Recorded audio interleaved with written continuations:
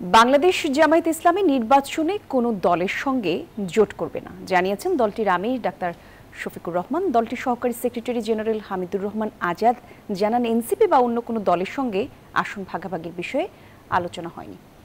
নভেম্বরে সম্ভব না হলে নির্বাচনের আগে যে কোনো দিন গণভোটের দাবিও জানিয়েছে দলটি।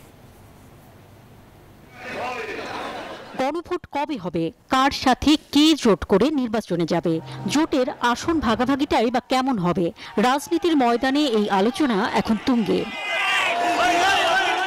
বাংলাদেশ জামায়াতে ইসলামী সহ বেশ কয়েকটি রাজনৈতিক দল এতদিন নভেম্বরেই গণভোট চাইছিল। তবে বুধবার নির্বাচন কমিশনের প্রধান নির্বাচন কমিশনারের সাথে সাক্ষাৎ শেষে জামায়াতে ইসলামীর সহকারী সেক্রেটারি জেনারেল হামিদুর রহমান আজাদ জানান, নভেম্বরে নয়, নির্বাচনের আগে যে কোনো দিন গণভোট হলেই তারা খুশি। তিনি আরও জানান, সংসদের আসন ভাগাভাগির বিষয়ে এনসিপি বা অন্য কোনো দলের সাথে তাদের কোনো আলোচনা হয়নি। জোট ফর্মাল করব না, আমরা নিজের মধ্যে একটা মিসওয়াল করব।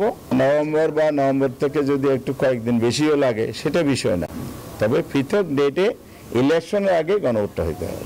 সিলেটে ওসমানী আন্তর্জাতিক বিমানবন্দরে জামায়াতে ইসলামীর আমির ডক্টর শফিকুর রহমান জানান, গণভোটের মাধ্যমে আদেশ জারি করলে জুলাই সনদ শক্তিশালী হবে।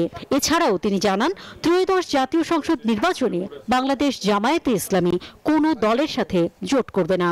আমরা সিদ্ধান্ত নেইনি এবং আমরা কোনো জোট করবো না, এটা আমাদের সিদ্ধান্ত। তাইলে কি করব?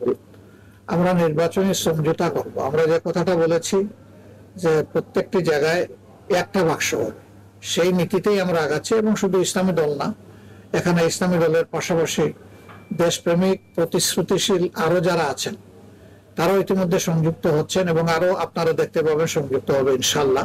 তিনি আরো বলেন, ফেব্রুয়ারিতে নির্বাচন না হলে দেশে বিশৃঙ্খলা হতে পারে। যা করি আমরা জনগণকে নিয়ে করবো, জনগণের ইচ্ছার বিরুদ্ধে আমরা কিছুই করবো না।